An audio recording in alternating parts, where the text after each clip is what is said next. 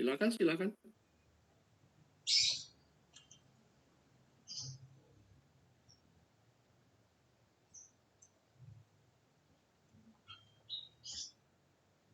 Selamat sore rekan-rekan sekalian dan Bapak dosen.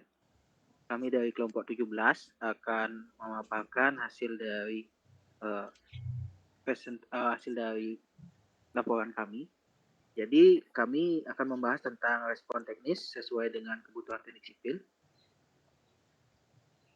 Jadi dari dalam kelompok ini kami beranggotakan 2 orang.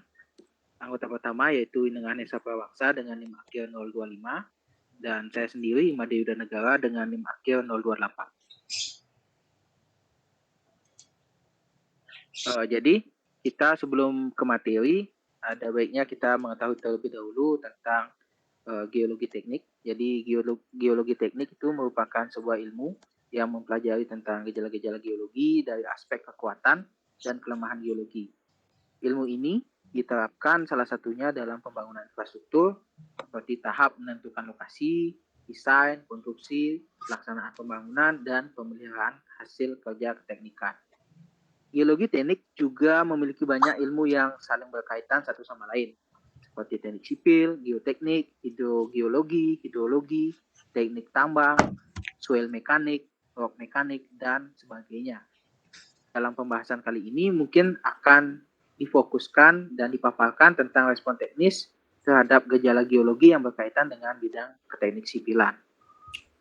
Gejala geologi adalah suatu gejala atau peristiwa yang terjadi akibat adanya perubahan kondisi geologi. Oleh karena itu, gejala geologi ini sangat berpengaruh terutama pada bidang teknik. Maka oleh karena itu, akibat gejala geologi ini, maka akan timbul respon-respon yang bersifat teknis untuk menanggulangi gejala geologi yang terjadi. Slide selanjutnya. Jadi, di dalam presentasi ini kami mengambil 4 contoh gejala geologi, yaitu yang pertama ada tanah longsor, banjir, kekeringan, dan juga gempa bumi. Slide selanjutnya. Ya, yang pertama yaitu tanah longsor. Longsor dan gerakan tanah merupakan peristiwa umum yang terjadi di daerah berlereng, tidak stabil dan dipicu oleh curah hujan dan intensitas hujan. Tanah longsor itu sering diakibatkan oleh perusakan lahan, pengundulan hutan, dan tidak adanya pelindung tanah secara memadai, atau adanya lapisan impermeable atau batuan keras kedap air, atau bisa disebut dengan lapisan lembu, di bawah lapisan tanah sehingga air tanah akan mengendap atau mengalir di atas lapisan-lapisan tersebut. Pada titik jenuhnya air tersebut akan membuburkan lapisan tanah di atas lapisan tersebut sehingga tanah akan bergerak sesuai dengan arah kemiringan lapisan impermeable tersebut baik seketika maupun reyapan. Jadi akibat adanya gejala geologi tanah longsor ini, maka akan ada respon teknis, yaitu ada beberapa respon teknis yang kami rangkum, yaitu ada 4. Yang pertama adalah membangun dinding penahan tanah. Jadi dinding penahan tanah itu adalah suatu konstruksi yang berfungsi untuk menahan tanah lepas atau alami dan mencegah keruntuhan tanah yang miring atau lereng yang kemantapannya tidak dapat dijamin oleh lereng tanah itu sendiri. Yang kedua yaitu dapat melakukan teknik konstruksi soil nailing, di mana soil nailing adalah teknik pengokohan tanah in situ untuk menjaga kestabilan galian lahan dengan cara memasukkan besi beton ke permukaan tanah hingga membuat tanah tersebut lebih stabil. Caranya itu dengan mengebor permukaan tanah ke dalam secara miring, lalu kemudian dimasukkan besi beton berukuran kecil dan ditambal dengan campuran semen. Untuk yang ketiga itu dapat menggunakan teknik sheet pile. Sheet pile ini atau dinding turap adalah dinding vertikal berdimensi relatif tipis yang berfungsi untuk membendung tanah dan masuknya air ke dalam lubang galian. Berbeda dengan soil nailing, teknik sheet pile biasanya digunakan pada konstruksi berat atau bangunan tinggi yang dirancang dengan tulangan atau menahan beban permanen setelah konstruksi. Yang terakhir, yaitu yang keempat, itu menggunakan bronjong. Bronjong atau biasa disebut gabion merupakan sebuah konstruksi dasar untuk sebuah bangunan atau tanggul Bentuknya berupa anyaman kawat baja yang dibuat dengan teknik lilitan ganda yang membentuk lubang-lubang hingga tercipta seperti segina.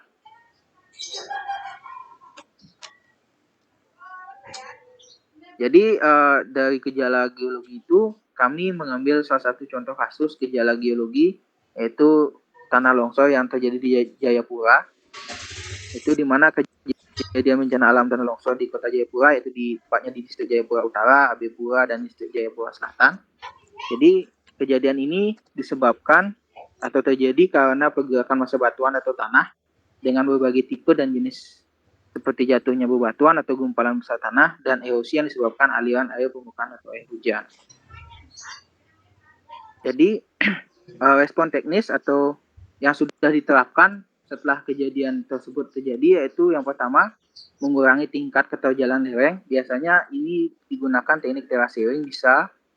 Yang kedua, menjaga dan perbaiki drainase. Hal ini sangat penting karena jika air hujan itu dibiarkan tanpa drainase akan menyebabkan erosi pada tanah. Yang ketiga itu mendirikan bangunan dengan fondasi yang kuat. Jika kita sebenarnya cara yang paling ampuh untuk menanggulangi gejala geologi tanah longsor itu dengan cara menghindari membangun dalam daerah rawan longsor. Tetapi jika memang terpaksa untuk mendirikan bangunan di sana, yaitu salah satu syaratnya adalah mendirikan bangunan dengan fondasi yang kuat. Mungkin bisa menggunakan fondasi tiang panjang. Yang selanjutnya itu melakukan pemadatan tanah di sekitar rumah, dan yang terakhir itu pembuatan tanggul penahan untuk runtuhan batuan.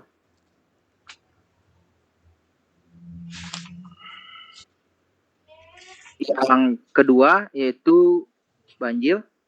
Banjir adalah peristiwa bencana alam yang terjadi ketika aliran air yang berlebihan merendam daratan. Penyebab terjadinya banjir berdasarkan faktor geologi diantaranya 1. Kondisi morfologi pada suatu daerah yang membentuk cekungan kecil. 2. Terbukanya lahan juga menyebabkan proses erosi semakin tinggi dan menghasilkan tumpukan material sedimen yang semakin besar mengisi saluran sungai dan terendapkan pada dasar sungai, menjadikan kapasitas atau volume sungai menjadi berkurang atau terjadi pendangkalan. Jadi respon teknis yang kami rangkum untuk banjir itu yang pertama adalah membangun daerah resapan air. Jadi daerah masuknya air dari permukaan tanah ke dalam zona jenuh air sehingga membentuk suatu aliran air tanah yang mengalir ke daerah yang lebih rendah disebut daerah resapan air. Yang kedua, itu dapat melakukan penataan daerah aliran sungai atau DAS, yang dimana DAS itu secara umum adalah suatu hamparan wilayah atau kawasan yang dibatasi oleh pembatas topografi atau punggung bukit yang berfungsi untuk menerima, mengumpulkan air hujan, sedimen dan unsur hara serta mengalirkannya melalui anak-anak sungai dan keluar pada satu titik. Slide selanjutnya. Jadi contoh gejala geologi banjir yang terjadi di Indonesia itu banjir pada kota Jakarta. Jadi banjir di ibu kota Jakarta itu sering terjadi ketika musim hujan, di mana hal ini disebabkan oleh debit hujan yang turun cukup besar, dan yang selanjutnya itu buruknya sistem drainase, genangan sampah yang menumpuk di aliran sungai, dangkalnya dasar sungai, dan kurang tertatanya daerah aliran sungai atau DAS. Jadi respon teknis yang sudah diterapkan setelah adanya gejala geologi itu yang pertama itu mengeruk dasar sungai, yaitu program untuk mengantisipasi terjadinya kebanjiran, karena semakin dalam dasar sungai tersebut akan semakin banyak air yang akan bisa ditampungnya sehingga peluang untuk air tersebut meluap ke permukaan tanah akan semakin kecil. Yang kedua itu membangun rumah susun untuk warga tepi sungai. Membangun rumah susun bertujuan untuk memberikan hunian yang layak bagi warga di daerah aliran sungai dan sekaligus untuk menata daerah aliran sungai untuk mengantisipasi kebanjiran di daerah DKI Jakarta. Yang terakhir itu adalah memperbaiki gorong-gorong, yaitu buruknya sistem drainase di daerah ini kerap menimbulkan banjir sehingga perbaikan gorong-gorong sangat berpengaruh dalam mengantisipasi banjir yang terjadi. Untuk presentasi selanjutnya akan dilanjutkan oleh rekan saya. Untuk waktu dan tempat saya persilahkan. Baik, terima kasih atas waktunya. Di sini saya akan melanjutkan mengenai penjelasan dari Yuda. Yang ketiga itu mengenai gejala geologi kekeringan. Bencana kekeringan merupakan fenomena alam yang dapat diakibatkan oleh kondisi geologi batuan suatu wilayah. Jenis-jenis dan sifat tanah dan batuan yang menjadi penyusun suatu daerah akan sangat berpengaruh pada asupan dan serapan air tanah. Pada daerah yang didominasi atau tersusun oleh batuan pejal dan keras dengan lapisan tanah yang tipis pada umumnya tidak menyimpan air dalam waktu yang lama, bahkan dapat langsung menjadi surface runoff atau lolos ke bawah permukaan melalui celah-celah batuan. Nah, untuk respon teknis dari gejala geologi kekeringan ini, yaitu yang pertama itu membuat bendungan atau waduk. Dari pengertiannya, bendungan adalah bangunan yang berupa urugan tanah, urugan batu, beton, dan atau pasangan batu yang dibangun selain untuk menahan dan menampung air, dapat pula dibangun untuk menahan dan menampung limbah tambang atau menampung lumpur sehingga terbentuknya waduk. Yang kedua itu membuat lingkungan rumah yang memiliki daerah resapan air. Yang keempat itu gejala geologi gempa bumi. Aktivitas gempa bumi sangat erat kaitannya dengan aktivitas tektonik yang berlangsung di permukaan bumi, yang menyebabkan adanya jalur-jalur patahan yang rawan terjadi gempa. Masing-masing jalur patahan tersebut akan memiliki karakteristik yang berbeda-beda, tergantung tipe interaksi tektonik yang ada di daerah tersebut. Apakah terjadi tumpukan lempeng-lempeng saling bersinggungan atau bergerak menjauh, sehingga juga mengakibatkan adanya perbedaan karakteristik gempa. Untuk memahami ini, teman-teman sekalian dapat membaca artikel-artikel yang berkaitan dengan lempeng tektonik. Nah, untuk respon teknis mengenai gejala geologi gempa bumi ini, yang pertama itu membuat bangunan yang simetris.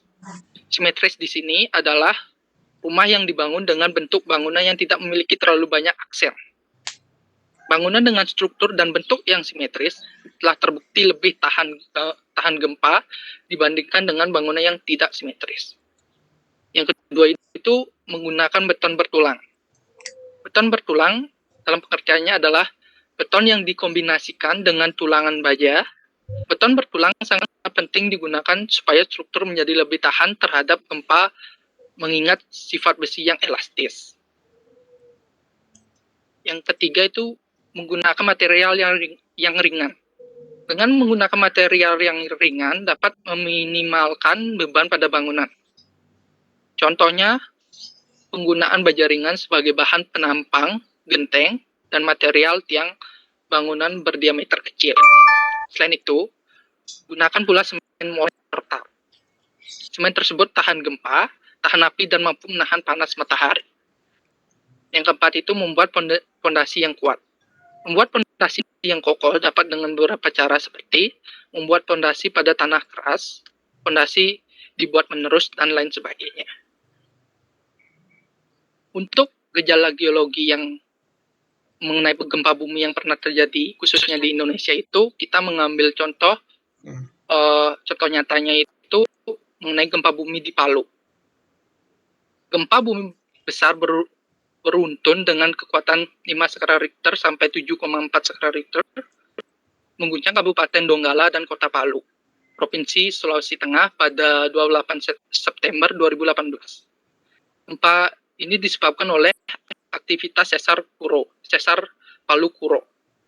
Berdasarkan posisi dan kedalaman pusat gempa bumi, maka kejadian gempa bumi ini disebabkan oleh aktivitas sesar aktif pada zona sesar Palu Kuro yang berarah barat laut tenggara. Patahan ini memiliki karakter pergerakan cenderung bergeser atau bukan sesar naik seperti yang memicu gempa Lombok. Nah, untuk respon teknis yang sudah diterapkan dalam gejala geologi ini, yang pertama itu kita bisa melakukan rekayasa untuk merubah tanah yang gembur atau yang bisa mengalami likuifaksi itu menjadi tanah yang padat. yakni dengan menginjeksi tanah dengan semen. Yang kedua, untuk mencegah kerusakan bangunan dari ancaman likuifaksi, tentunya fondasi bangunan harus kuat untuk mencegah terjadinya amblasan.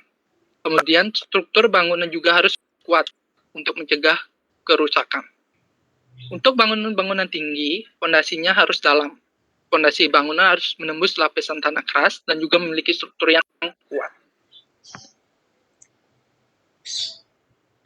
Sekian presentasi dari kami. Di sini ada soal latihan atau soal rebutan. Ada 3 soal rebutan. Jika teman-teman ada yang bisa menjawab atau ingin menjawab soal rebutan ini, mohon on mic dan sebutkan nama dan NIM-nya. Untuk soal yang pertama, izin menjawab yang nomor 1.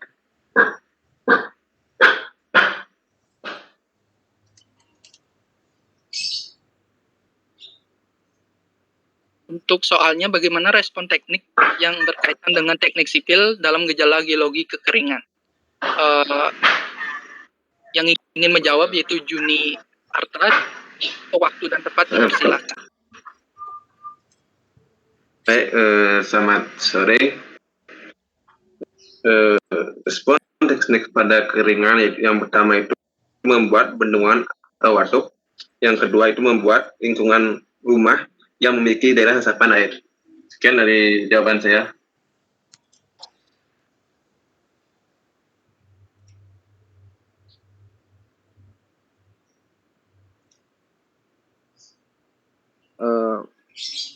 Untuk pertanyaan nomor 2, yaitu bagaimana respon teknis yang berkaitan dengan teknik sipil dalam gejala geologi longsor. Mungkin Izin menjawab. Izin menjawab. Izin menjawab NIM 010. Untuk Winda NIM 010 untuk waktu saya persilahkan. Baik, bagaimana respon teknis yang berkaitan dengan teknik sipil dalam gejala geologi longsor itu ada membangun dinding penahan tanah, melakukan teknik konstruksi soil nailing, menggunakan teknik silt tile, dan menggunakan bronjong.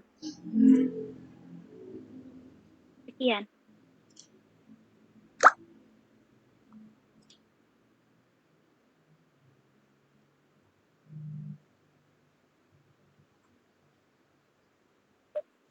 Baik, untuk jawaban dari Wina bisa kami terima.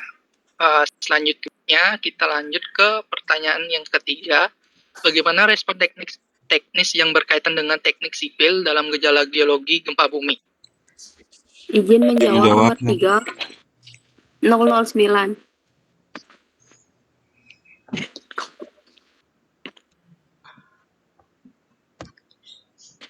Baik, untuk NIM 009, silakan. Bagaimana respon teknis yang berkaitan dengan teknik sipil dalam gejala geologi gempa bumi? Respon teknisnya yaitu yang pertama membuat bangunan yang simetris, yang kedua menggunakan beton bertulang, yang ketiga menggunakan material yang ringan, yang keempat membuat fondasi yang kuat. Terima kasih.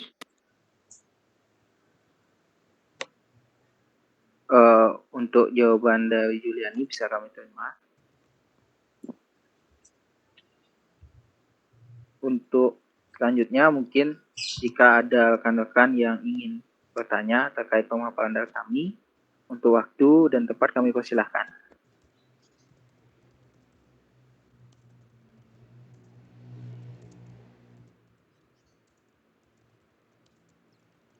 Izin bertanya NIM 038. Ya, silakan, Pedro.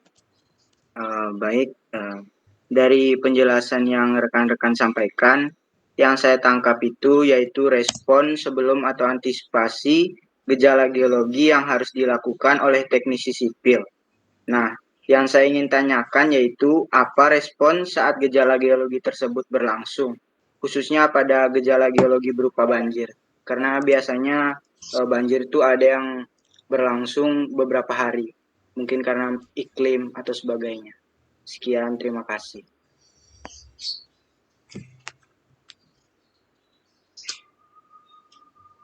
Untuk pertanyaan dari Pedro, kami akan tampung terlebih dahulu dan sambil menunggu juga pertanyaan dari rekan-rekan yang lain. Untuk di kolom chat ada 3 penanya, yaitu dari Junior Tawan, Nimakil 018, itu menanyakan tentang jika respon teknis tidak berjalan sesuai yang kita harapkan, bagaimana cara kita menanggapi hal tersebut. Kami juga akan tampung pertanyaan-pertanyaan pada kolom chat. Dan jika memang rekan-rekan ada yang ingin tanyakan kembali, saya persilahkan.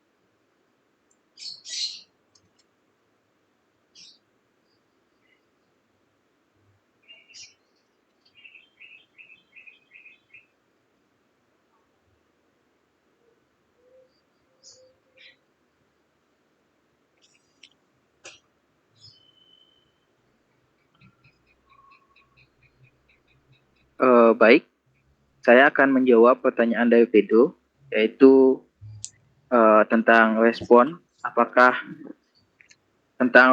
teknik, apakah dapat terjadi respon teknis itu pada saat bencana itu atau gejala geologi itu berlangsung. Jadi berdasarkan artikel dan buku yang kami baca, kita ambil saja contoh gejala geologi banjir supaya mudah untuk membayangkan. Jadi respon saat terjadi banjir itu pada saat berlangsungnya banjir itu pasti ada.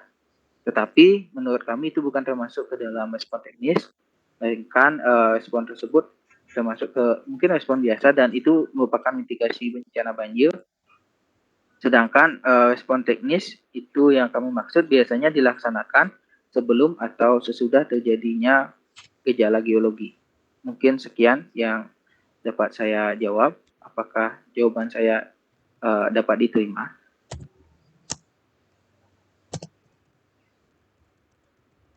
Cukup diterima. Terima kasih jawabannya.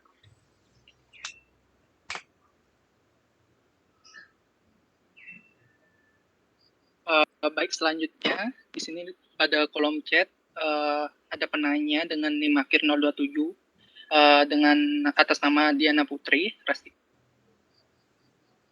Izin bertanya, perkenalkan saya Niputu Diana Putri Rastiti, Nimakir 027. Tadi pertanyaannya tadi dijelaskan bahwa salah satu respon teknis terhadap banjir adalah melakukan penataan daerah aliran sungai atau DAS. Untuk pertanyaannya, bagaimana cara pengelolaan DAS tersebut? Terima kasih. Baik, di sini langsung saja saya jawab. Mungkin pengelolaan DAS itu dimaksudkan yaitu penataan DAS atau daerah aliran sungai. Nah, mengenai jawaban ini, saya pernah dan saya telah mencari mengenai cara penataan DAS ini dalam suatu website atau dalam website yang saya cari, yang saya tadi cari itu ada 2 metode dalam penataan DAS, yaitu metode struktural dan metode non-struktural. Nah, dalam penataan DAS ini kita mengkelompokkan penataan itu dalam metode struktural. Nah, di mana dalam metode struktural ini dalam penataan DAS itu Yang pertama itu dengan cara sistem jaringan sungai. Yang kedua itu dengan memperbaiki sungai. Yang keempat, perlindungan tanggul. Yang ketiga, perlindungan tanggul. Yang keempat, aliran banjir. Itu merupakan perbaikan dan pengaturan sistem sungai dari penataan daerah aliran sungai. Mungkin seperti itu jawabannya. Apakah 027 Diana bisa menerimanya? Bisa diterima, terima kasih.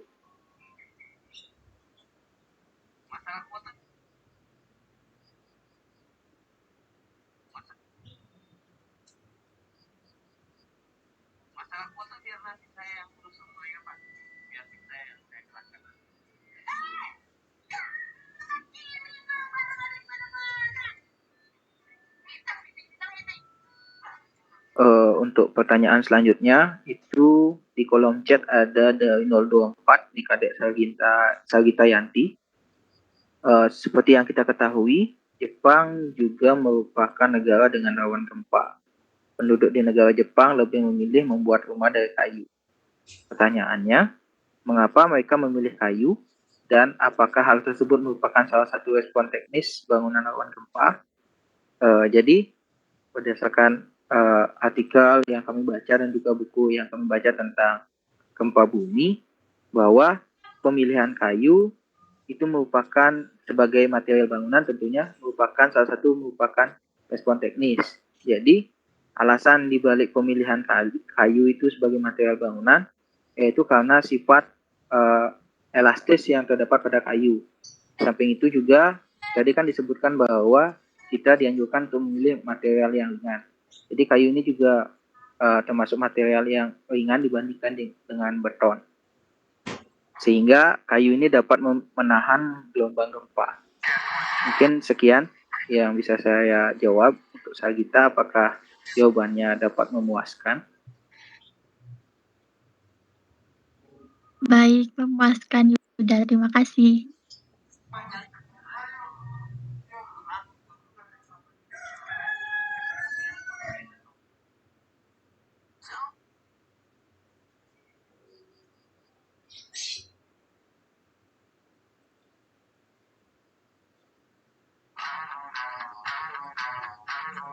Baik, selanjutnya di sini pada kolom chat ada penanya dengan NIM akhir 010 dengan atas nama Winda Surini. Selamat sore, saya Gusti Sayuputu Winda Surini dengan NIM akhir 010 izin bertanya. Pertanyaan, seberapa efektifkah bangunan yang menggunakan beton bertulang bertahan terhadap guncang gempa yang terjadi secara tiba-tiba? Apakah ada tingkatan kekuatan tertentu yang tidak dapat ditanggung dari beberapa respon teknis yang telah disebutkan? Untuk jawabannya mohon ditulis.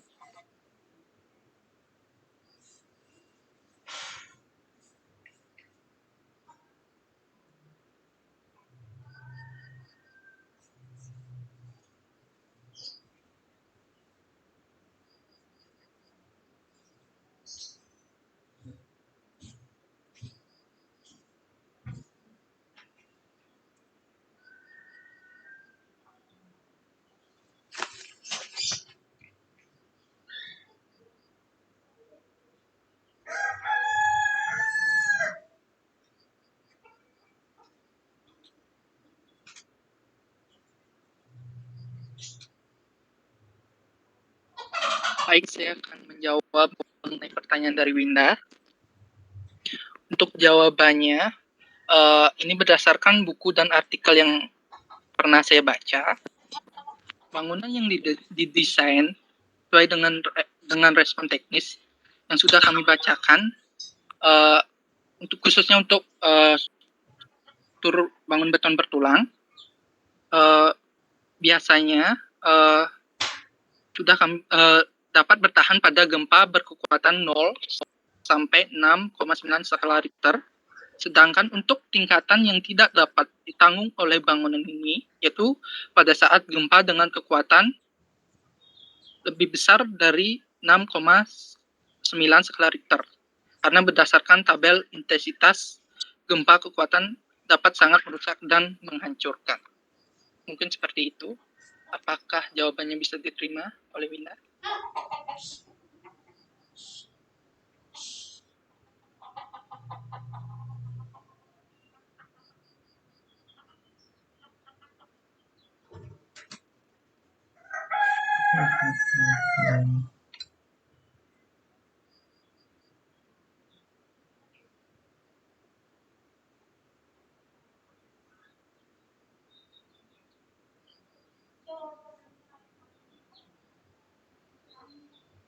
Baik, terima kasih Winda atas pertanyaannya. Untuk selanjutnya, untuk penanya mohon ditunggu jawabannya.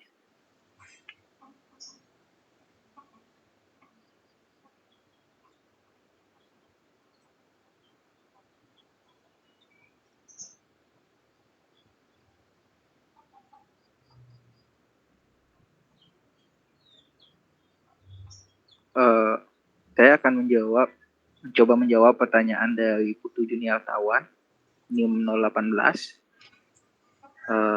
di mana pertanyaannya itu adalah, jika respon teknis tidak berjalan sesuai yang kita harapkan, bagaimana cara kita untuk menanggapi hal tersebut?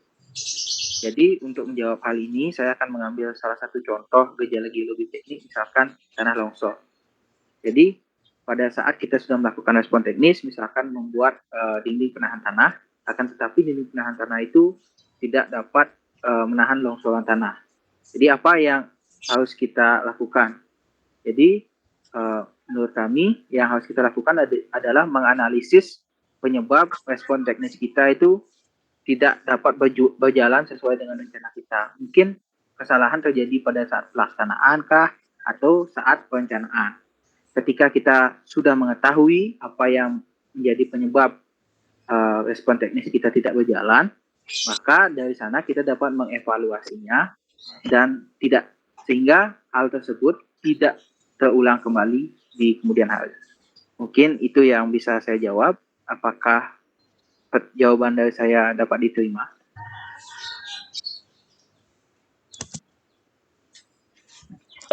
Baik, bisa. Terima kasih. Saya ingin sampaikan sedikit ya mengenai beberapa pertanyaan tadi mengenai ketidaksesuaian respon teknis atau ketidakmampuan struktur yang sudah disiapkan terhadap bencana alam ya, terhadap kondisi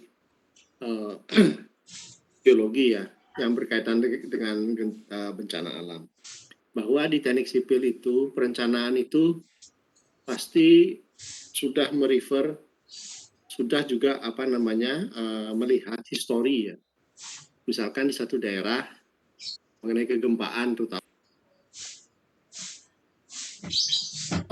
itu memang masih banyak yang redundant, banyak yang tidak diketahui ya. Nah, kemudian mengenai banjir juga begitu ya. Ada banjir 100 tahunan, ada banjir 500 tahunan, ada banjir 1000 tahunan.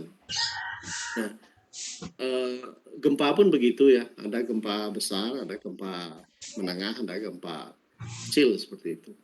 Nah, bahwa di teknik sipil itu setiap perancangan suatu konstruksi itu pasti sudah mengambil besaran-besaran tertentu yang akan direncanakan.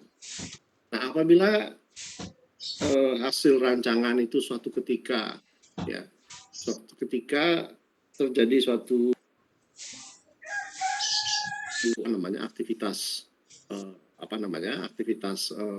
bencana seperti itu ya, bisa saja mengalami kehancuran ya atau kegagalan konstruksi secara menyeluruh ataupun sebagian ya. Apabila beban yang terjadi pada saat bencana itu melebihi dari sesuatu yang direncanakan tadi, yang sudah direncanakan untuk konstruksi itu. Nah, disinilah muncul kata-kata force majeure ya, atau kondisi yang sangat darurat dan di luar dari kemampuan manusia. Nah, misalkan soal bendungan tadi ya, atau mungkin soal dinding penahan atau tentang kelongsoran tadi. Suatu kelongsoran sudah didesain sedemikian rupa ya, baik secara statik maupun secara seismik ya. Tetapi suatu ketika setelah ada seismik yang lebih besar dari yang sudah dirancang itu, ya bisa jadi bangunan penahan tanah itu menjadi gagal sehingga terjadi longsor. Nah, dalam hal seperti ini ya, dokumen-dokumen perancangan itu menjadi bukti ya bahwa perancangan itu gagal karena beban yang terjadi adalah lebih besar dari yang direncanakan untuk desain tadi. Dalam hal ini si perencana tidak bisa dipersalahkan ya atau tidak bisa dituntut seperti itu karena kondisi force majeure yang sudah melebihi dari kondisi yang dirancang. Nah, bagaimanapun juga respon teknis yang sudah Anda bahas tadi itu sudah mengarah kepada suatu pemikiran perancangan yang berbasiskan dengan data-data yang paling aktual. Kemudian data-data penunjang ya, khususnya untuk gempa itu ada histori ya, kemudian ada penelitian terbaru mengenai cara merespon kegempaan. Nah, yang dilihat di sini sekarang tidak hanya merespon infrastrukturnya, tetapi merespon secara lunak, yaitu dalam bentuk pengurangan risiko bencana. Jadi pengurangan risiko bencana yang paling lunak adalah salah pembelajaran atau edukasi seperti yang Anda lakukan sekarang ini. Ini adalah peningkatan kapasitas mengenai pengurangan risiko bencana. Dengan Anda membahas respon teknis seperti ini adalah salah satu peningkatan kapasitas secara edukasi untuk mengurangi risiko bencana. Jadi peningkatan kapasitas itu tidak hanya pada desain infrastruktur, tetapi juga mendesain pola berpikir dan kerangka berpikir dalam rangka untuk mengurangi risiko bencana. Ya, jadi itu tambahan dari saya.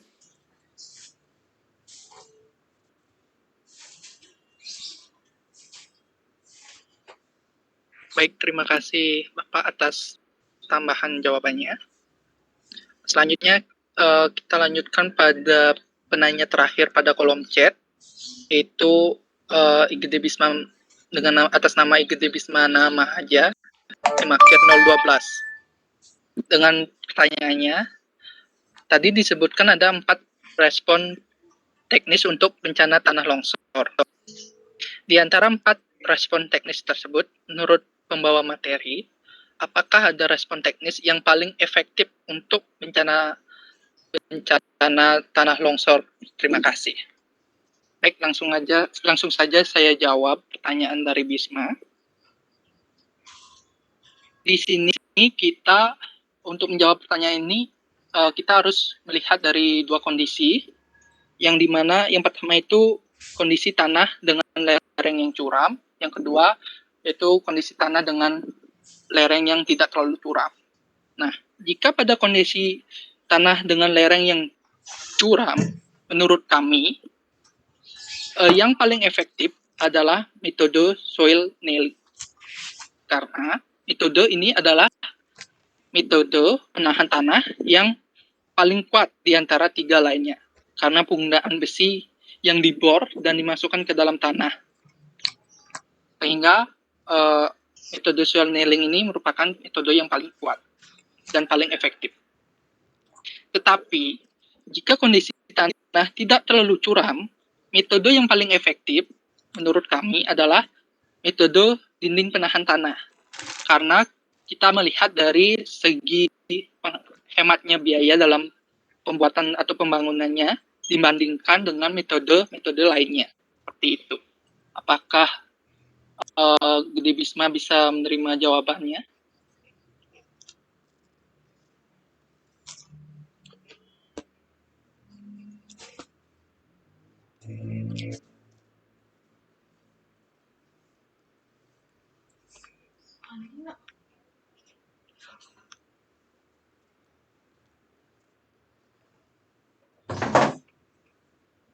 Baik, terima kasih Gede Bisma atas pertanyaannya.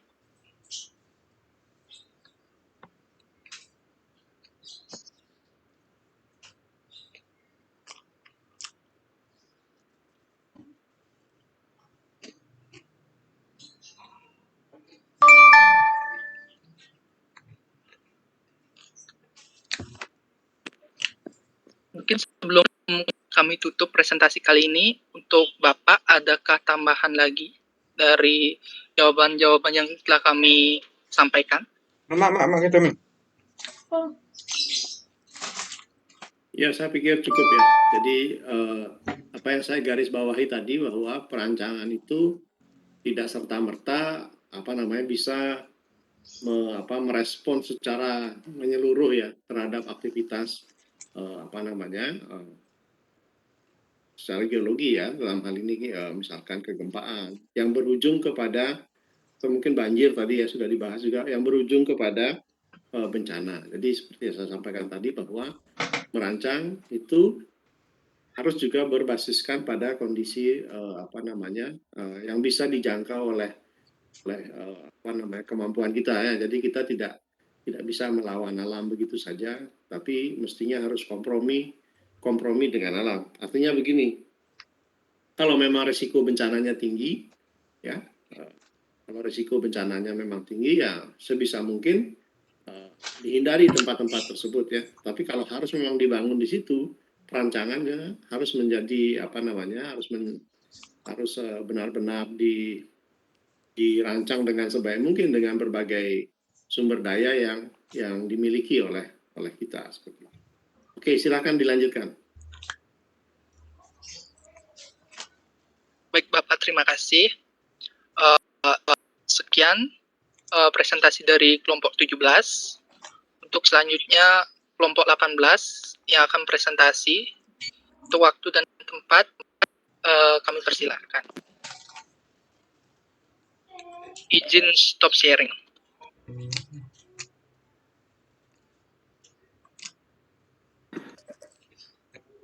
Izin share screen ya Pak. Oke. Silakan Dek.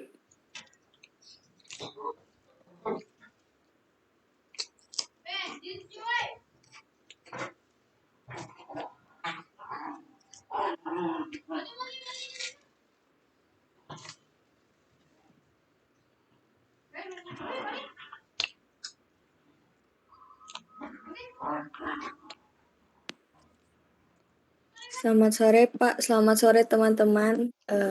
Pada sore hari ini saya dan Ayu dari kelompok terakhir ingin mempresentasikan tentang contoh respon teknis.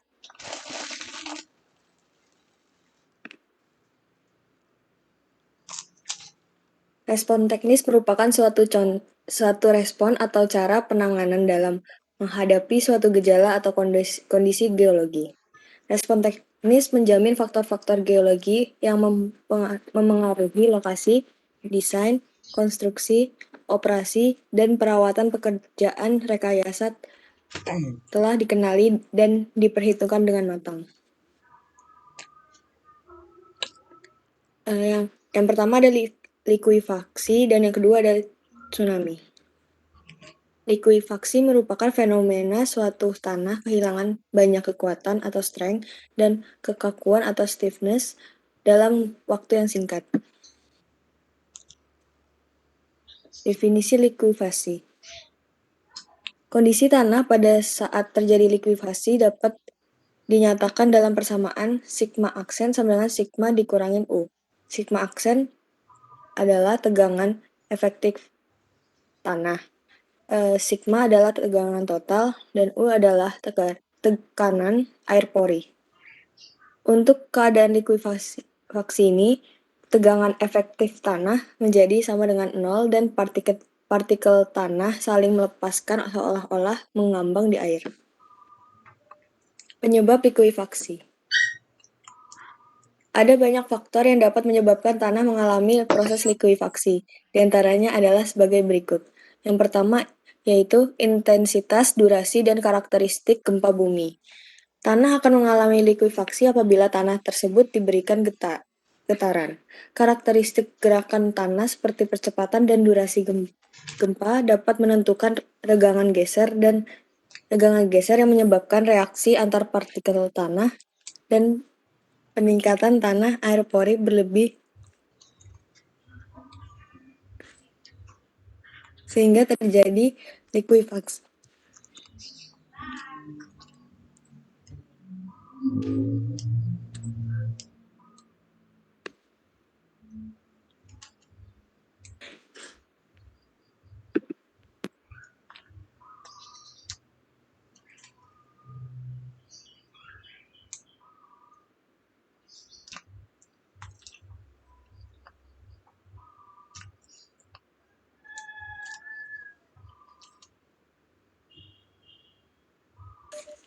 Baik, saya akan melanjutkan. Yang kedua itu adalah muka air tanah. Kondisi yang paling rentan untuk likuifaksi adalah permukaan yang dekat dengan muka air tanah. Hal ini disebabkan karena tanah tidak jenuh yang terletak di atas permukaan air tanah tidak akan mengalami likuifaksi. Next. Yang ketiga, jenis tanah. Peristiwa likuifaksi yang pernah terjadi selama gempa bumi telah ditemukan dalam endapan yang terdiri dari pasir halus sampai sedang dan pasir yang mengandung rasio plastisitas yang rendah. Yang keempat, kepadatan relatif awal atau initial relative density. Berdasarkan studi lapangan, tanah kohesif yang mempunyai kepadatan relatif yang lepas rentan terhadap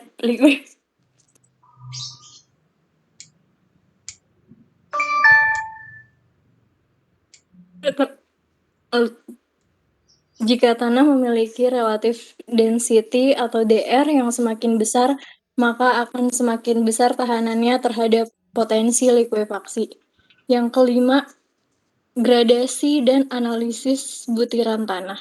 Tanah yang memiliki gradasi seragam atau uniformly graded soil cenderung tidak stabil dan lebih rentan terhadap likuifaksi daripada tanah yang bergradasi baik atau well-graded soil. Next. Yang keenam, ada kondisi drainase dan dimensi deposit atau endapan.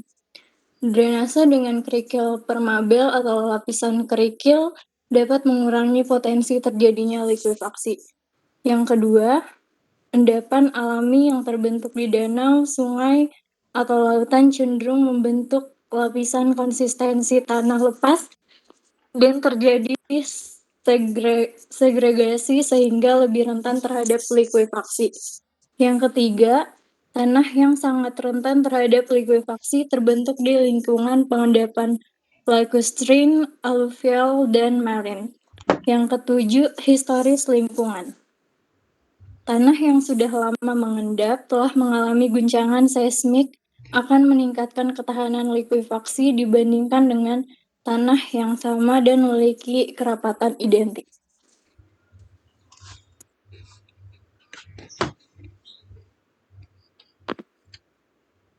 Dampak likuifaksi. Yang pertama adalah semburan pasir atau sand boiling atau semburan lumpur. Yang kedua ada hancur atau rusaknya bangunan yang ada di atas tanah yang mengalami likuifaksi. Yang ketiga, menenggelamkan dan mengubur satu kawasan. Dampak likuifaksi, contohnya likuifaksi di Kelurahan Petobo, Palu. Yang kedua ada lateral spreading di daerah Bayan, Lombok Utara. Yang ketiga ada lubang kerucut terbalik di daerah sekitar dan tepi pantai di Lombok. Yang keempat ada retakan tanah disertai keluarnya air dan lumpur. Respon teknis terhadap likuifaksi. Pencegahan likuifaksi dapat dilakukan beberapa metode antara lain. Yang pertama ada menaikkan tegangan vertikal. Likuifaksi terjadi karena adanya suatu proses atau kejadian berubahnya sifat tanah dari keadaan padat menjadi keadaan cair yang disebabkan oleh beban siklik pada waktu terjadi gempa sehingga tekanan air pori meningkat mendekati atau melampaui tegangan vertikal. Yang kedua ada melakukan dewatering. Dewatering dapat menurunkan derajat kejenuhan, di mana likuifaksi hanya terjadi pada tanah jenuh. Ketiga ada pemadatan tanah. Potensi likuifaksi diakibatkan adanya lapisan pasir dengan gradasi sedang hingga buruk serta bersifat lepas. Dan untuk mengurangi potensi likuifaksi perlu dilakukan perbaikan tanah seperti pemadatan. Yang keempat ada membuang lapisan tanah yang berpotensi likuifaksi. Likuifaksi biasanya terjadi pada tanah atau lahan yang tidak dapat padat atau tanah lepas. Misalnya tanah yang terbentuk dari pasir, endapan bekas delta sungai, dan bahan-bahan lainnya. Tanah semacam itu cenderung tidak padat sehingga memiliki rongga.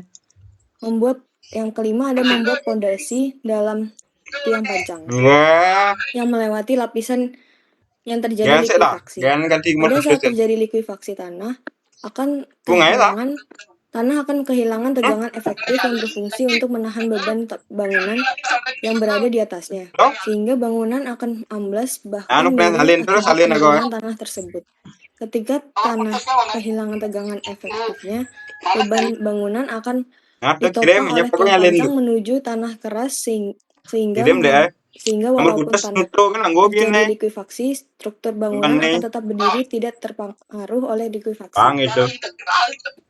Yang keenam ada Dan memasukkan gelembung gas ke tanah. Pendekatan baru untuk tuh kan mitigasi mau atau benasan mengurangi tuh. dampak bencana Yang lain karena nomor 2 sampai likuifaksi 6 sampai tanah 7. adalah dengan memasukkan Nomor 1 gelembung bawa gas ke berapa dalam sih? tanah. Maronya Gelembung gas linser. akan mengurangi kelebihan pori air di tanah dan bebannya Sengker. akan berkurang cukup signifikan. Nah. Yang kedua ada Oh. tsunami. Tsunami adalah serangkaian gelombang yang terjadi ketika sekumpulan air yang besar secara cepat berpindah tempat. Penyebab tsunami akan dilanjutkan oleh Ayub.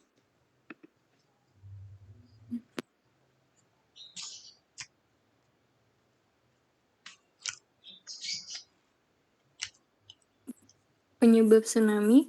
Gempa yang dapat menyebabkan tsunami memiliki ciri-ciri sebagai berikut. Yang pertama, gempa dengan epicentrum di dasar laut. Yang kedua, kekuatan gempa dengan magnitudo berkisar antara 5,6 sampai 7. Yang ketiga, kedalaman hipocenter berkisar antara 13 sampai 95 km. Yang keempat, gempa dangkal. Dan yang terakhir, wilayah gempa yang relatif luas. Dampak dari tsunami. Kerusakan yang ditimbulkan oleh gelombang tsunami amat beragam dan dapat dikelompokkan menjadi beberapa tipe sebagai berikut. Yang pertama, kerusakan struktural bangunan akibat gaya hidronomik gelombang. Yang kedua, keruntuhan struktural bangunan karena fondasinya tergerus air laut yang amat deras. Dan yang ketiga, kerusakan struktural bangunan akibat hantaman benda-benda keras, seperti kapal dan semacamnya yang terbawa oleh gelombang. Dampak tsunami yang terjadi di Samudra Hindia pada tanggal 26 September 2004.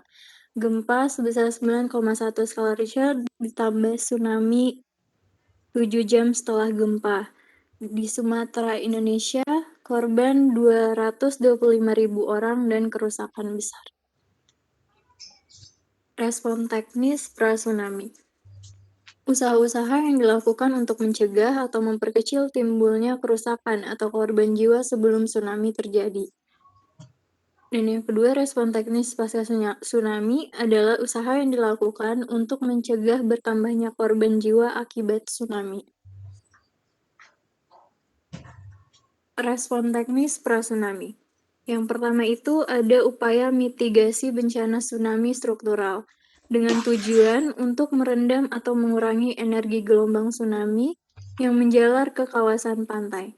Dilakukan untuk memecah struktur dari gelombang. Contohnya, yang secara alami penanaman hutan mangrove atau greenbelt di sepanjang kawasan pantai dan perlindungan terumbu karang. Adapun yang buatan itu dengan membuat pemecah gelombang serta memperkuat desain infrastruktur sehingga tahan terhadap tsunami. Yang kedua ada sistem peringatan dini tsunami, yaitu merupakan sistem yang mendeteksi, menghitung hipocenter, memperkirakan tsunami, dan memberikan peringatan akan terjadinya tsunami. Yang bertujuan agar korban akibat tsunami menjadi tidak terlalu banyak. Yang ketiga ada analisis bahaya atau hazard tsunami, untuk mengidentifikasi daerah yang terkena bahaya tsunami. Dengan metode analisis, mensimulasikan hubungan antara pembangkit tsunami, yaitu gempa bumi, letusan gunung api, dan lain-lain, dengan tinggi gelombang tsunami. Memetakan aktivitas gempa bumi, letusan gunung api, dan longsor laut dengan terjadinya gelombang tsunami berdasarkan sejarah terjadinya tsunami. Untuk mendukung analisis ini, dibutuhkan serangkaian data tentang kondisi topografi, geologi, dan morfologi dasar laut, serta bentuk pantai, data potensi gempa bumi, data potensi gunung api, dan data potensi kelongsoran tanah. Selanjutnya ada respon teknis pasca tsunami. Usaha yang dilakukan untuk mencegah bertambahnya korban jiwa akibat tsunami. Respon teknis pasca tsunami dapat dilakukan dengan cara menjauh dari garis pantai, mengungsi ke tempat atau daerah yang lebih tinggi, contohnya perbukitan, dan bila sedang dalam kendaraan, segera kemudikan kendaraan ke daerah yang lebih tinggi. Baik, kita masuk pada pertanyaan rebutan. Dipersilakan kepada teman-teman yang mungkin bisa menjawab, boleh langsung unmute dan sebutkan NIM.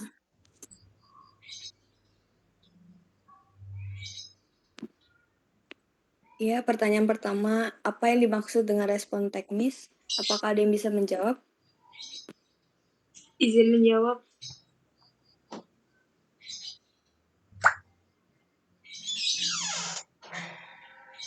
Saya Diana, Nimakir 027, izin menjawab nomor 1. Apa yang dimaksud dengan respon teknis? Respon teknis merupakan suatu respon atau cara penanganan dalam menghadapi suatu gejala atau kondisi geologi.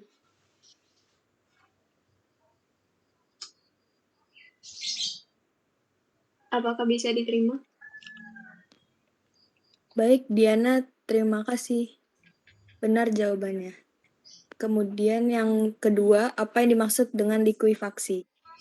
Izin menjawab. Izin menjawab. Izin menjawab. NIM akhir 024. Iya, siapa tadi ya? Nimakir 024. 024. Mungkin satu dari 26 tadi.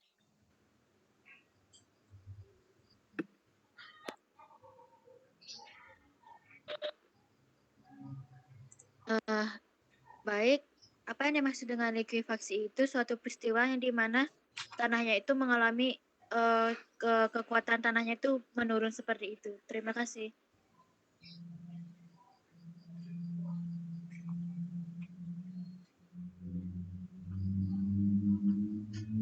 Baik, apa ada yang punya jawaban lain?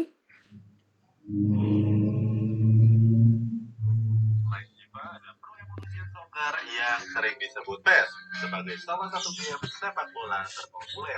Sama seperti game pada umumnya, PES juga menempatkan rating ke setiap tim maupun pemainnya.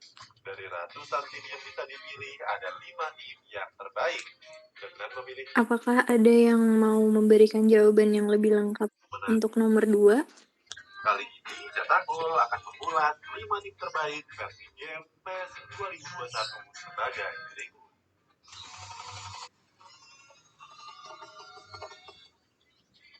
Dibanding FIFA yang memang lebih tersohor. Terlebih di Indonesia yang lebih terbiasa dengan PES. Baik di rental PS atau laptop satu tongkrongan, game ini adalah yang paling dicari-cari. Selayaknya game sepak bola lainnya, mereka juga punya penilaian tersendiri. Izin menambahkan. Pemainnya. Izin.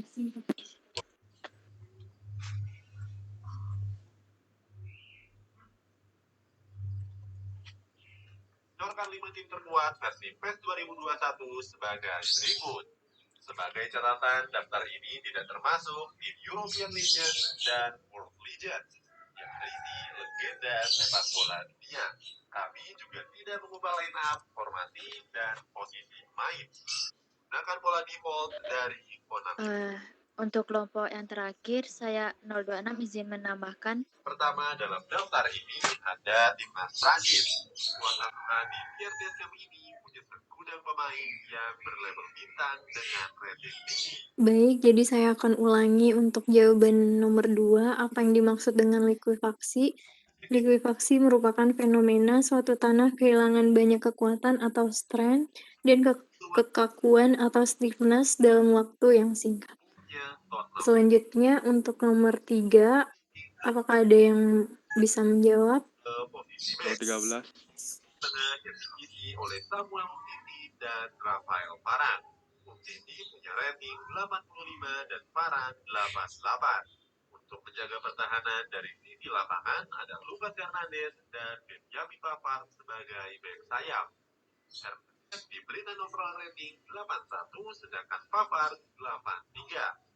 Di tengah lapangan ada gelandang tengah N'Golo Kante dan Paul Pogba. Kante mendapatkan rating 88 sementara Pogba 86. Sementara posisi sayap diisi oleh Blaise Matuidi dan Kylian Mbappe. Matuidi dengan catatan rating 77 dan Mbappe di angka 88.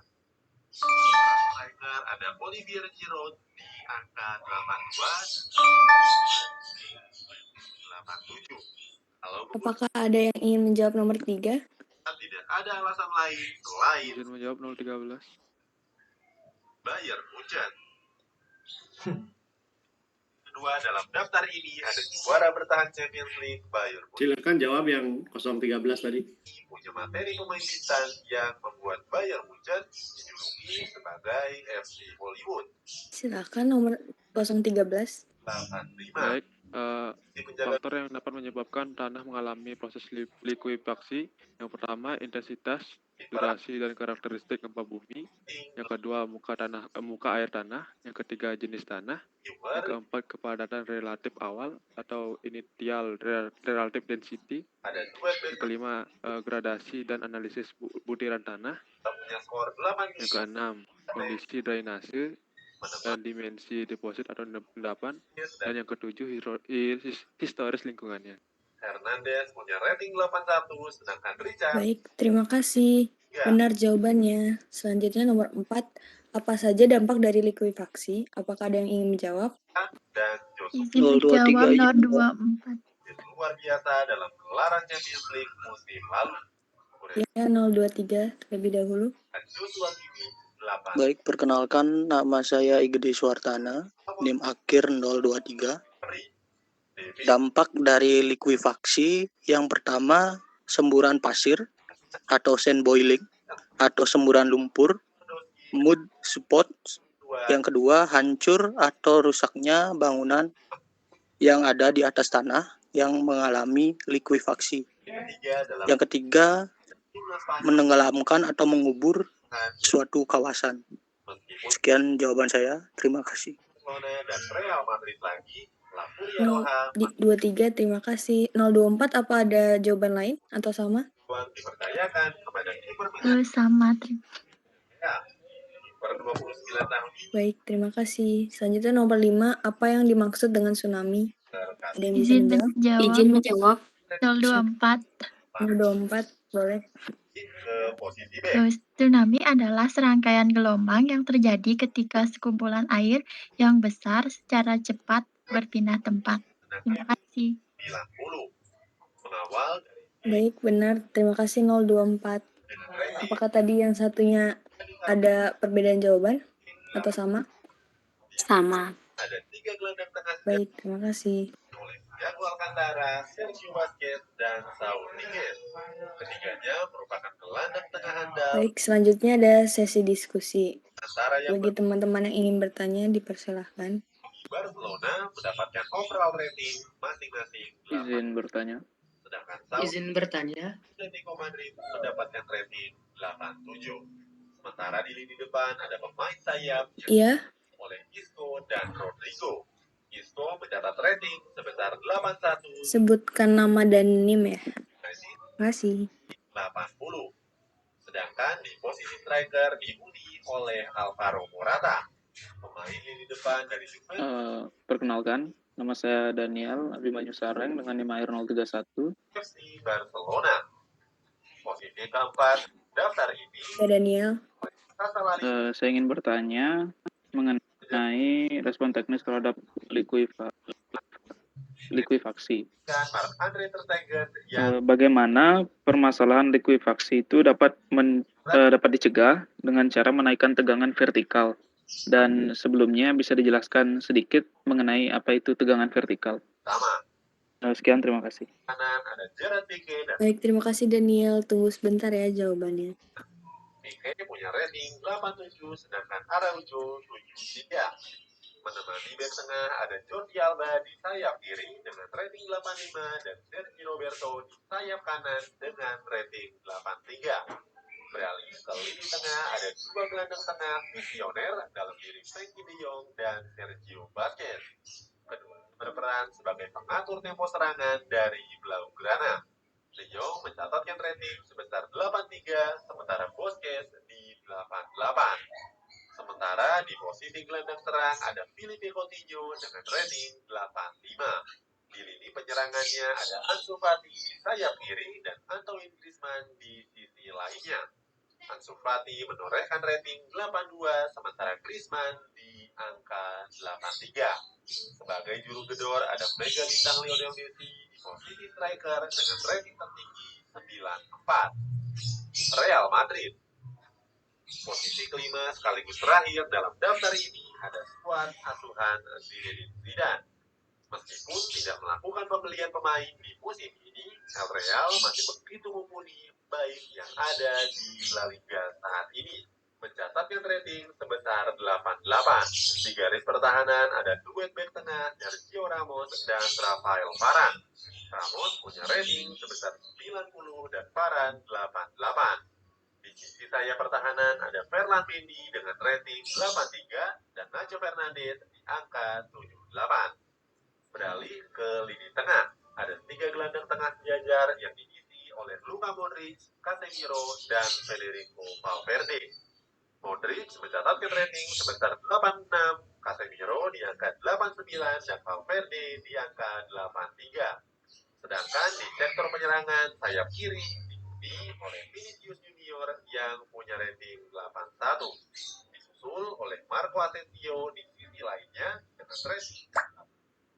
Terakhir ada Karim Benzema di posisi striker dengan rating 88. Dalam daftar tersebut menegaskan kalau timnas Prancis dan timnas Spanyol adalah dua timnas terkuat saat ini.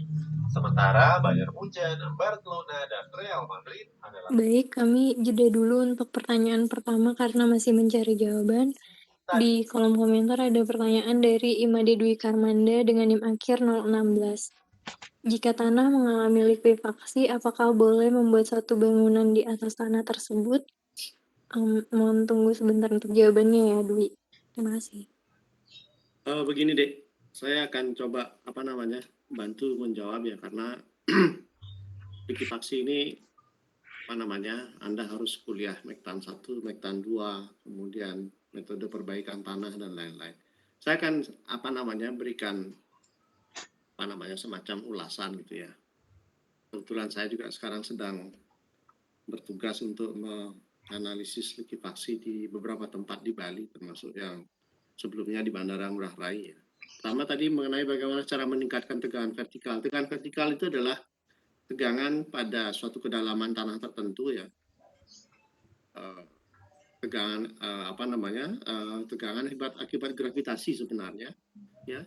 Tegangan vertikal itu besarnya adalah berat volume tanah ya pada titik itu dikalikan dengan kedalaman pada titik yang ditinjau tadi. Misalkan ada satu permukaan tanah ya, kemudian Anda meninjau di satu titik A yang kedalamannya misalkan 10 meter.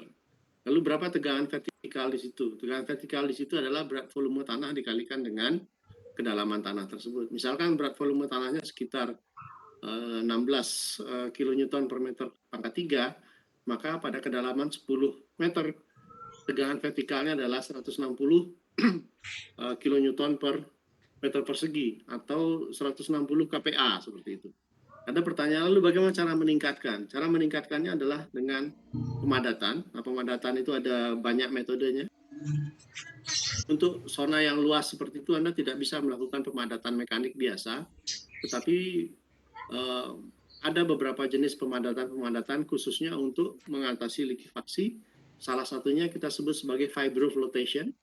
Fibroflotation itu adalah pemadatan dengan cara menyemprotkan air bertekanan tinggi ya, yang di dalam air itu sudah tercampur dengan material tanah, dalam hal ini pasir. Nah, pasir-pasir yang disemprotkan melalui air bertekanan tinggi itu gunanya adalah untuk menyesakkan ya butiran rongga-rongga kosong yang ada pada zona likuifaksi tersebut, sehingga yang tadi relatif density-nya rendah menjadi relatif density-nya meningkat atau kerapatannya meningkat. Karena kerapatannya meningkat, maka berat volumenya pun akan meningkat. Kalau berat volumenya meningkat, ya dengan rumus tadi, ya tegangan vertikal adalah berat volume dikalikan kedalaman. Nah, sekarang dengan dilakukan pemadatan dengan vibro flotation tadi, tegangan vertikalnya meningkat. Lalu apa itu likuifaksi? Likuifaksi itu adalah perbandingan antara ya kekuatan tanah itu sendiri, ya kita sebut sebagai CRR ya, cyclic resistant, ya kita sebut sebagai CRR. Kemudian getaran yang menyebabkan likuifaksi kita sebut sebagai CSR, ya, atau cyclic stress resistance-nya. Jadi perbandingan antara CRR dibagi dengan CSR, apabila kurang dari 1, maka itu akan menjadi kondisi likuifaksi. Apabila dia lebih dari 1, dia secara teoritis tidak akan mengalami likuifaksi. Nah, jadi itu hubungannya. Jadi cukup kalau Anda menjelaskan akan cukup rumit karena memang Anda belum sampai pada tahap untuk memahami tentang itu. Terutama tadi sudah dijelaskan tegangan efektif, tekanan air dan tegangan total. Jadi likuifaksi itu terjadi kalau ada 3 kondisi. 1, ada tanah berbutir kasar, dalam hal ini pasir, yang relatif density-nya kecil atau rendah atau lepas atau loose. Ya. Kemudian harus jenuh air atau setidak-tidaknya jenuh air sebagian. Kemudian yang ketiga ada sumber getaran, dalam hal ini gempa. Nah, kalau salah satu dari ketiga yang saya sebutkan tadi itu tidak ada, maka fenomena likuifaksi itu tidak akan terjadi. Ya. Likuifaksi itu akan terjadi apabila ketiga dari komponen tadi terpenuhi. Ya. Jenis pasirnya apa dan lain. Sebenarnya jenis pasirnya tidak menjadi penting, tetapi kondisi pasir dalam kejadian ini adalah pertama dia relatif density-nya cukup rendah atau loose ya. Kemudian tadi sudah disebutkan gradasi butirannya itu cenderung gradasi butiran yang tidak bagus atau kita sebut sebagai poor graded. Ya, salah satunya bisa gap graded, bisa uniform graded seperti itu. Nah, kemudian gempa yang dibutuhkan juga cukup besar ya. Jadi untuk menghitung akan terjadi atau tidak terjadi likuifaksi, maka dibutuhkan magnitudo sebesar 7,5 atau 7,5 skala Richter. Nah, ini tidak semata-mata mengenai 7,5 skala Richternya, tetapi juga akan bicara tentang peak ground acceleration atau PGA, ya, kecepatan rambat gelombang gempa, getaran gempa pada permukaan tanah ataupun batuan. Nah, kalau tanahnya cukup lepas, cukup loose, maka simpangannya besar atau periodenya besar, simpangannya besar. Kalau simpangannya besar, maka besar getarannya juga akan semakin tinggi. Ya, jadi kalau batuannya semakin padat, ya, getarannya simpangannya akan kecil sehingga tidak menyebabkan gelombang yang besar seperti itu. Nah, jadi masih banyak kaitan mengenai likuifaksi tersebut. Jadi tidak bisa cuma dari satu sudut pandang. Tetapi saya appreciate Anda bisa mulai menggali lebih banyak mengenai fenomena-fenomena seperti ini. Ya. Ini adalah salah satu juga menjadi, tadi sudah sempat sampaikan bahwa edukasi ini adalah menjadi salah satu peningkatan kapasitas dalam hal pengurangan risiko bencana. Ya, jadi itu secara umum semua jawaban atas pertanyaan-pertanyaan yang sudah Anda berikan lewat kolom chat ini maupun Anda bertanya langsung tadi. Nah, untuk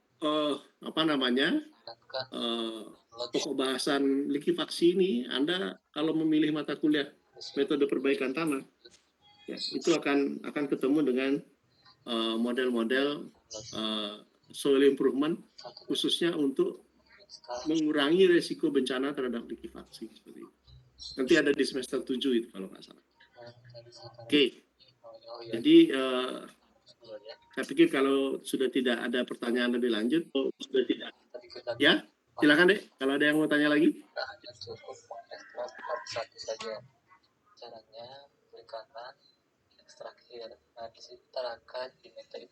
Ya, saya ingin mengulangi apa yang tadi Bapak sudah jelaskan untuk menjawab soalnya Daniel yang Daniel tanyakan. Jadi tegangan vertikal total adalah tegangan yang terdapat pada lapisan tanah yang diakibatkan oleh beban dari tanah yang ada di atasnya dengan tidak memperhitungkan tegangan air pori yang diakibatkan oleh air. Tegangan vertikal dapat dihitung dengan rumus sigma sama dengan gamma dikali Z, di mana gamma adalah berat isi lapisan tanah dan Z adalah kedalaman yang ditinjau. Terima kasih. Oke, ya memang itu rumusnya tadi sudah saya sampaikan ya. Silakan. Kalau masih ada lagi. Baik, saya akan menjawab pertanyaan dari Dwi Karmanda. Jika tanah mengalami likuifaksi, apakah boleh membuat suatu bangunan di atas tanah tersebut? Menurut saya, tentu saja masih boleh. Tetapi sebelum membuat bangunan di atas tanah yang mengalami likuifaksi, harus melakukan pencegahan atau respon teknis terhadap likuifaksi tersebut, yaitu dengan menaikkan tegangan vertikal seperti yang sudah dijelaskan tadi, dan juga melakukan dewatering, melakukan pemadatan tanah, membuang lapisan tanah yang berpotensi likuifaksi, membuat pondasi dalam atau tiang pancang, dan memasukkan gelembung gas ke dalam tanah, karena untuk mengurangi kelebihan pori air di dalam tanah. Mungkin itu jawaban dari kami. Ada tambahan dari Bapak, dipersilakan. Terima Ya, kasih. jawaban Anda yang terakhir tadi itu membingungkan ya, memasukkan gelembung gas ke dalam tanah itu saya nggak pernah dengar seperti itu ya. Mungkin diterjemahkan dengan cara yang berbeda. Untuk menjawab apakah boleh kita membangun di atas tanah yang berpotensi likuifaksi, tentu saja boleh ya. Setelah mengidentifikasi potensi likuifaksinya, kemudian melakukan mitigasi struktural berupa soil improvement, ya itu bisa. Contohnya Anda yang sudah saya pernah kerjakan, salah satunya ya di Bandara Ngurah Rai ya, di Denpasar. Itu beberapa apron barat maupun apron timur tambahannya itu dalam zona likuifaksi, kemudian kita lakukan pemadatan dengan vibro flotation sehingga potensi likuifaksinya bisa dihilangkan atau setidak-tidaknya diminimalkan risiko bencana terhadap likuifaksi dengan mitigasi struktural tadi. Ya, jadi masih bisa ya. Bisa, yang pertanyaan terakhir itu bisa. Jadi likuifaksi tidak akan terjadi pada kedalaman yang cukup dalam. Likuifaksi itu biasanya pada zona 0 meter sampai sekitar 20 meter. Kenapa 0 meter sampai 20 meter zonanya? Karena tadi sudah dijawab, semakin dalam titik yang Anda tinjau, maka tegangan vertikalnya akan semakin tinggi. Ya, tegangan vertikal semakin tinggi, kekuatan tanah itu semakin besar, sehingga butuh gempa yang lebih besar dari yang 7,5 skala Richter tadi. Nah, jadi kalau pertanyaannya apakah likuifaksi dalam tanah bisa dideteksi gejalanya dengan melakukan soil investigation bisa. Ya, dengan mengetahui kuat geser dari tanah tersebut ya. Kuat gesernya nanti Anda akan dapatkan di Mektan 2 itu ya, di mekanika tanah 2. Kuat gesernya berapa sehingga bisa diketahui potensinya apakah pada lapisan tersebut berpotensi memiliki potensi likuifaksi atau tidak. Ya, nanti akan dihitung dengan metode CRR dan metode CSR yang saya jelaskan tadi. Bagus pertanyaannya. Jadi Anda semakin lihat 18 kemarin di Sulawesi Tengah ya, itu kejadian yang cukup ekstrim ya, natural disasternya cukup ekstrim. Oke. Ada lagi?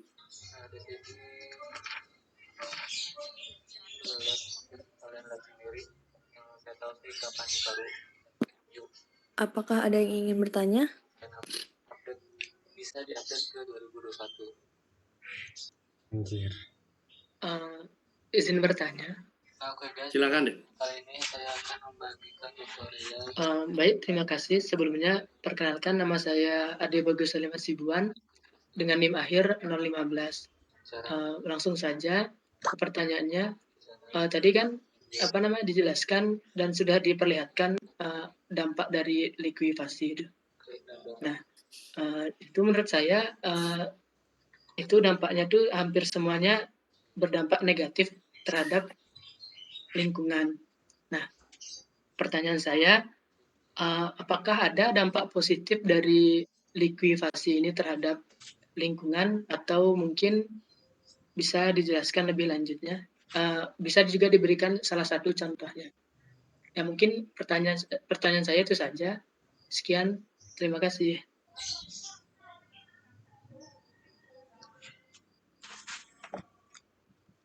Yang pasti dampaknya negatif ya, Dek, ya. Semua tidak ada dampak positif dalam hal ini, dalam hubungannya dengan kita di teknik sipil yang berbicara soal konstruksi ya.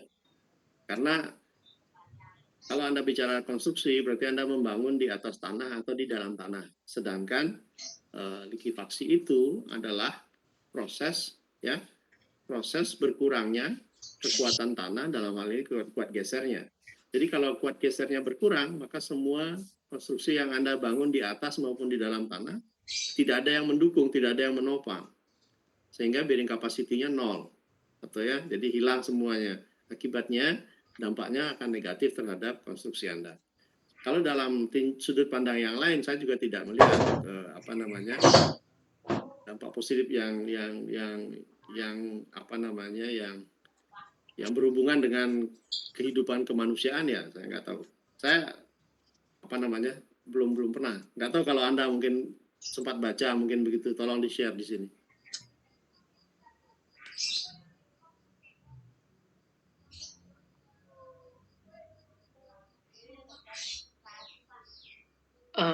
Terima kasih Pak atas jawabannya. Mungkin itu saja. Berarti kesimpulannya dari likuifasi ini tidak ada dampak positif dari adanya likuifasi ini, Pak. Ya, dari segi sudut pandang konstruksi sama sekali tidak ada, bahkan merugikan ya. Itu sebabnya kita melakukan mitigasi supaya itu tidak terjadi. Baik Pak, terima kasih Pak. Oke, terima kasih.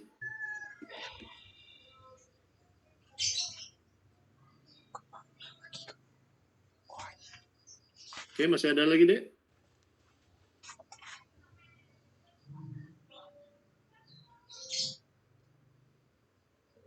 Apakah masih ada pertanyaan dari teman-teman yang lain?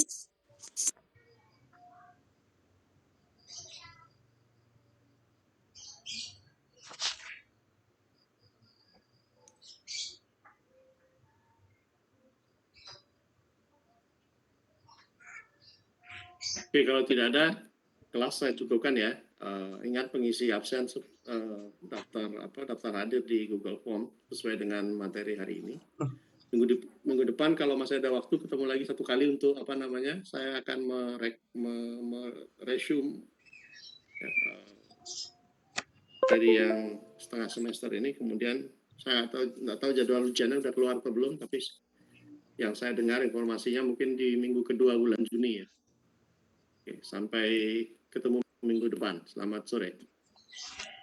Selamat sore. Terima kasih, Pak. Baik, terima kasih, Pak. Selamat sore. Terima kasih. Terima kasih Pak.